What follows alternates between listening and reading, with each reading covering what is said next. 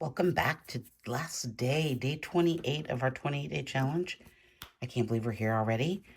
Today we're going to be working again with the Schmincke Naturals. I've got the yellow ochre, the violet, and the indigo. We're going to try these three colors today because it was kind of fun discovery yesterday. So I've already drawn out a little pencil mark and put down some wax crayon with the Neo Color one. So let's get started. Okay, first thing we're going to do is lay down some water. I really liked how this has been coming. I'm getting better at my wet on wet. I'm going to leave a little bit of dry over here, though, I think. And it'll just come down. It's way too much. When wetting your paper, you want it to just be, you can see that it's kind of just a little shimmery. You don't want it too much. Our goal is not to saturate the paper, just to get it sort of wet. So let's come in with a little bit of this lovely indigo. Ooh, that's pretty. Ooh, I might want to stop there. I feel like another beachy scene today, maybe. And then let's put some violet in there as well, I think. That's a really pretty line. This violet is very much like it's like a brown violet. Look how pretty that is. Okay, let's bring it down into this area. Got a little bit more bold with my marks today with the crayon, so we'll see how that works out. I'm going to put a little bit more. Oh, maybe not. I'm just going to bring it down a little bit.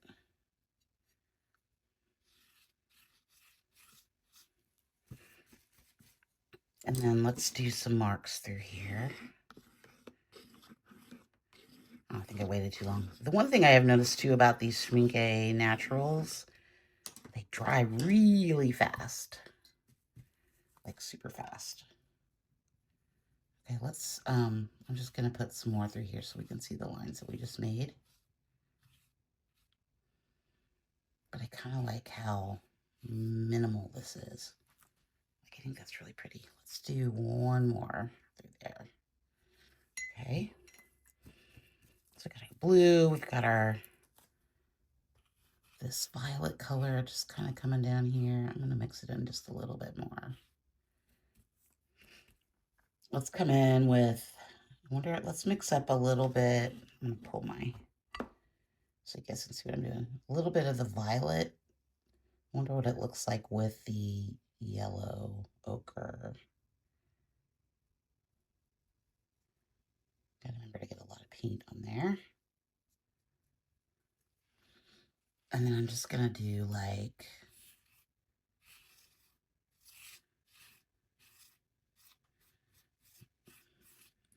and then I think we'll come back in and do maybe like a little bit of sort of aquapasto kind of marks. Let's add a bit more of this. Yeah, that's still slimy. Let's put some marks through here though.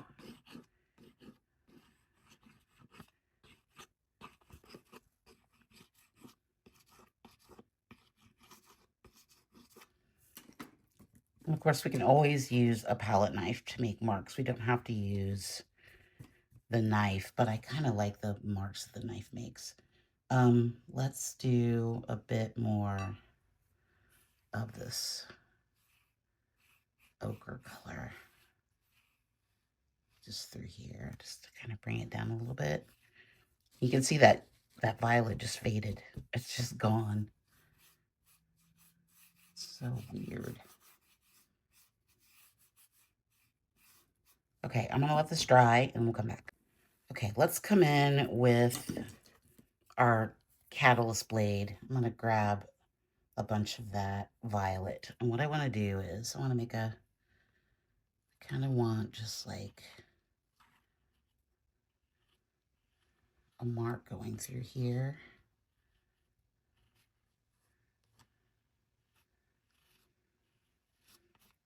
Ooh, that's pretty.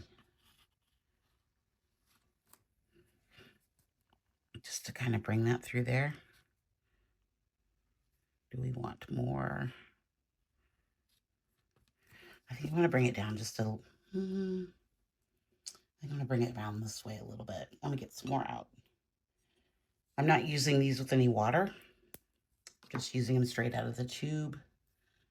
Like I said yesterday's video, they do act a bit like aqua with a, I can't speak. When you add pasto into the paint, you're getting almost the same effect. So I kind of want to just play around with that idea again today because I really liked what we got yesterday. So we need some more. I might want to bring a line through here as well.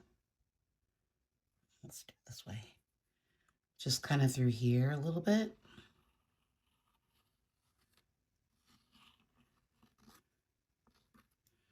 Ooh, that's a nice line. Look at that. That's really cool. And then I think we're going to do a little bit of the yellow ochre color as well.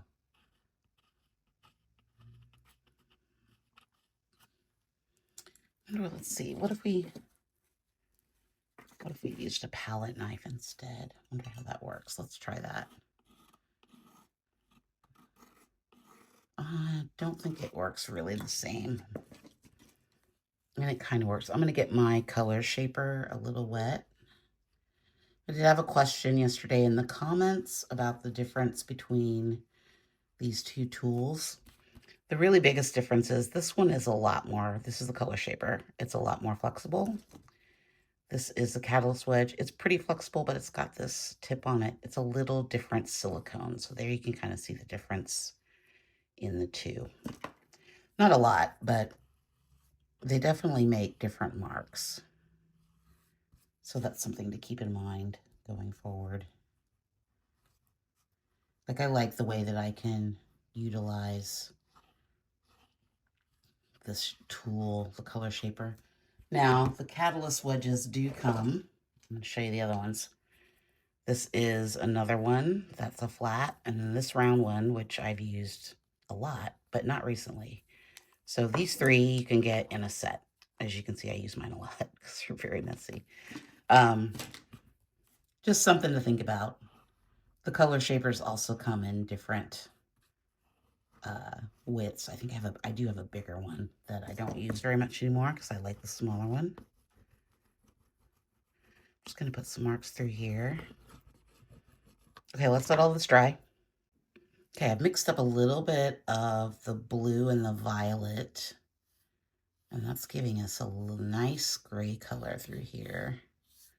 I'm coming in with a smaller brush on this one. I just kind of want to add a little bit of this color. I thought it was a nice color. Just kind of put these down through here. Make some more marks.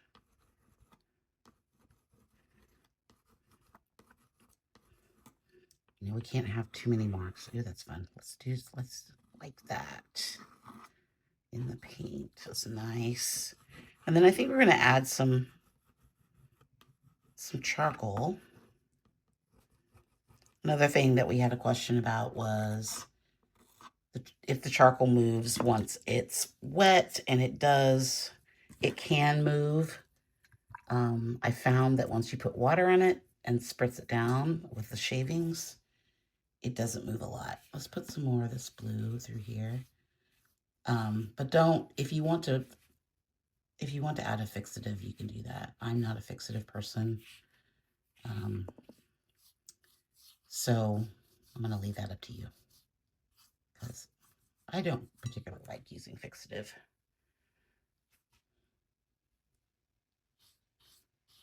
Okay, I think that's good. I like those lines that we got going through there. Now let's add some charcoal marks.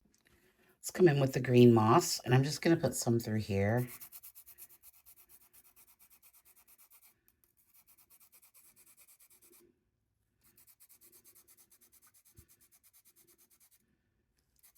Still loving this technique so much. I'm kind of figuring out how I like to use it. Like I want it to have somewhat of a movement and shape.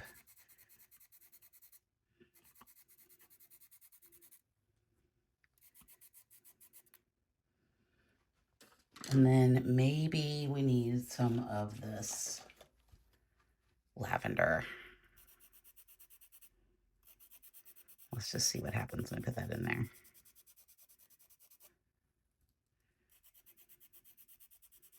And we're going to come back in. Oh, let me spritz real quick.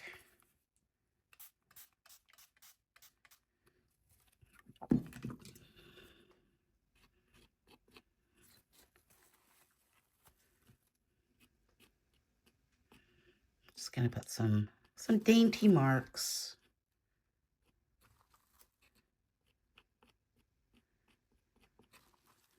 Not many. I'm going to come back over with some black marks, I think.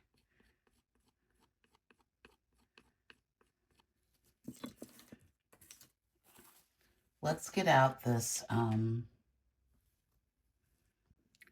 this is the Tinted Charcoal Mountain Blue. As you can see, I'm just running through these colors. I think I want to get it a little wet. I just want a little mark coming through here. Let's come in with the color shaper. Kind of push that around a little bit. Just to give us some hints of that coming through there. Ooh, that's nice. I like that. Let's do the same thing over here. Let's get a little bit more water in there.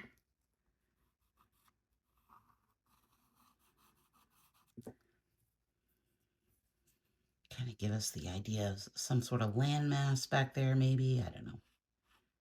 You guys are so good about picking things out of what I create and what you see in it. I love that. I love every time somebody says, it reminds me of this or it reminds me of that. Makes me happy. Let's need a little bit more of this blue.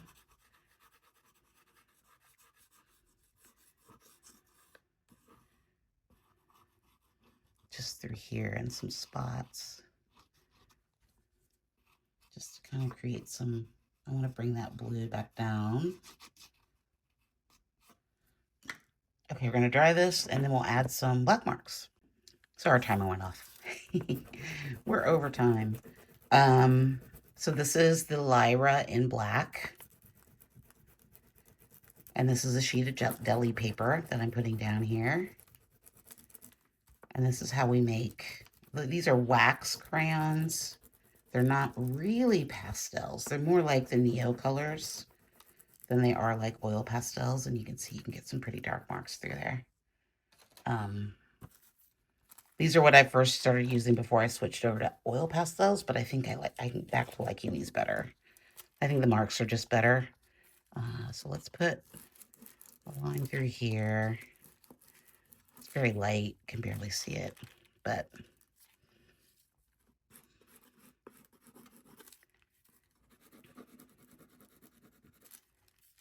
ooh, I like that. The other thing that's really cool about the Lyras is that you can come down and scrape, and then you're going to get these sort of bolder marks. Doesn't work as well with the oil pastels, I found, but that's a fun way to add more texture, because, you know, we're all about texture over here.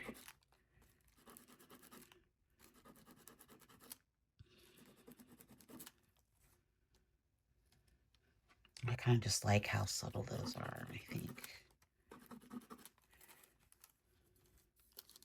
I'm going to put a little bit more of that. Maybe some, I wonder how that's going to work. Ooh, I like that. I like that mark. Sort of looks like, I don't know if this happens. I'm sure it happens in other places too, but here in Kansas, like, especially even in we have a nature preserve right by my house. like literally a block away from my house. I go walking over there all the time, and they will burn the grass and the sort of preserve, and it comes out in this dark colors. And then you also get those purpley colors and maroon colors from things that are left over. So that kind of reminds me of that, like a little burnt, a little crisp. Let's put some of those marks over here. I'm liking how dark. Oh, well, that didn't work.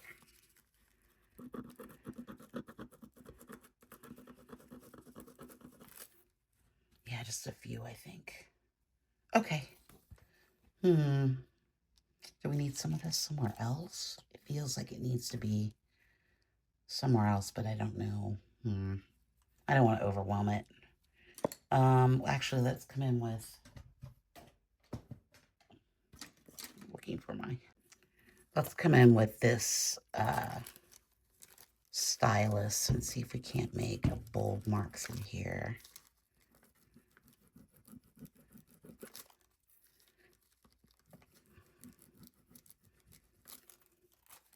I always like to make my marks in threes. I think I've mentioned that like a billion times. Because then I know it's all down here at the bottom, but I think that kind of balances it out a little bit. Okay, I think this one might be done, maybe.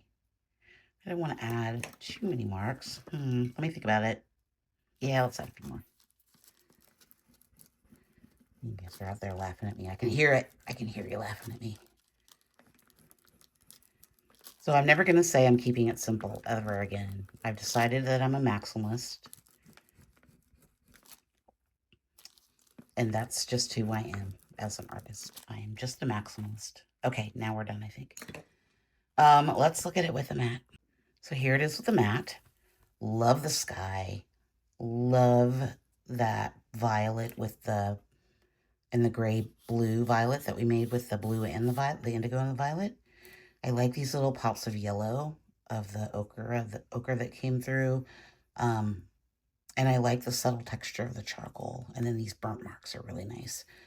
I like the wax crayon. And I love using those natural paints as like the same way I would use for aquapasto. I think these marks through here are just simply fabulous. And yeah, I'm liking it. So I'm glad that I discovered upon that and gave them another try. Because if I wouldn't, I would just have 6 tubes of paint that I'd never use, and you have to learn how to use things in a different way sometimes. I mean, they're not traditional watercolor, like sort of like the Kuritakis aren't like traditional watercolors, so you have to learn how to use them in a different way. Yeah, so I like this one. Big fan, big fan. Okay, so I thought we'd take a quick look at what we made for the month. We're gonna do this pretty quickly. So these are, I think they're in order. They're close. Let's put it that way. They're close to being in order. So this is day 1. And you can just kind of see these are watercolors with the tinted charcoal. This one was with aquapasto, I do believe. And pretty simple. Another watercolor with the charcoal marks and aquapasto in there. That looks very similar to what we did today. And then we did some gouache, because I was experimenting with gouache. And these you can see are a lot bolder. They're a lot more vibrant. This is when I was just still kind of trying to figure out gouache, which I haven't done yet. I still want to get back to that, but I have an idea for that, so I'm going to save that. But yeah, these are very bright, very bold, and different than the marks are different, but we still have our lines and we still have our horizons. This was an outlier because I painted one vertical or one in portrait mode, but I really like this, like right through here. That was with more of the tinted charcoal. And then we have these little fun little marks through here. This is the next one into the tinted charcoal. And I like that one too. This was the one where we used the stencil with the charcoal. This one we added a little bit of gouache to, but watercolor and charcoal. They're mostly all watercolor and charcoal. This one we did a little bit of acrylic ink with some granulating medium, which was really fun. That was a fun technique. This one was an instant fave for me. Clear, simple for me. I really like these black marks. I love that sky. I love these marks over here. This one was also another favorite. This was another ink with like the sanguine and some other, I think that was the, oh, that was the Payne's Gray. And this one we did the Caran d'Ache marks over this black part, because remember I got a little crazy with this one. Another charcoal and watercolor, loving it. This was a favorite of mine. I loved these marks through here and the splatter marks and how it just kind of exploded out of there. And I really like that shape. This was also a favorite. I like that bold mark through there. More watercolor, more indigo. And we're getting into, I like these marks through here. And I like how we didn't put many lines in this one. This one's probably the most simple one we've made. Let me get back to it. Back to the lines, back to the splatters. I like the splatters in this one. And I like these jaggedy marks and lines going through there. Oh, I really like that part too. This is another favorite. This was the one we did with the Schmincke or desert colors. And I like these areas that were kind of all melded together. But then we got out our big brush and started making bolder marks with more color in the washes. Love the lines, love this charcoal mark through here. And you can see it's not coming off. This was a really fun one we did with the same kind of technique, but then I used the Lyras to come back in and make some marks through here. Love this. And I really like this little splatter marks over here. This one was pretty dark, but I still really like it. This was using the Lyras through the screen, through the mesh strainer. Bolder marks than the charcoal, but I like how colorful this one is. This one we did yesterday, and I really like this sort of beachy scene. I love these crayon resist marks, or wax resist marks, and these lines through here. And this is where we discovered that we could use the naturals like aquapasto. So that was a fun discovery. And then today. So that is 28 days of art. I'm super happy that you guys stuck around for the whole thing. Some of you, did we all make it through? I really enjoyed it. I learned a lot. Gonna take a little break for a couple of days and figure out what we're gonna do next. But don't worry, I'll be back on Monday with another video. So another thing that I've decided is that I will be putting these for sale in my shop on my website. They are 8x10, 5x7 pieces. They're going to be matted with a piece of acid-free backing board, acid-free tape, and a mat. And they're going to come in these lovely cello packs so that you can have them. They're ready to frame into 8x10. I hope to have these up by Tuesday. I'm going to see how long it takes me to scan them all and get them all in there. But they're going to be $30 with shipping included. So yeah, if you want one of these 30 pieces that I made, there'll be a section. I'm just going to make a section called the 28-Day Project. And I don't usually sell my originals, but I feel like these need to go to new homes. I don't know that I need 30 pieces of art. I don't know what I will do with them. So, yeah, so they'll be signed and I'll have the 28-day project and the date and everything on the back. So if you want to do that, look for that announcement coming soon. And I thank you all for watching and being on this journey with me. And Monday, we're going to start on something new. Thanks so much. Bye. And sell 30 pieces of art for $30 a piece.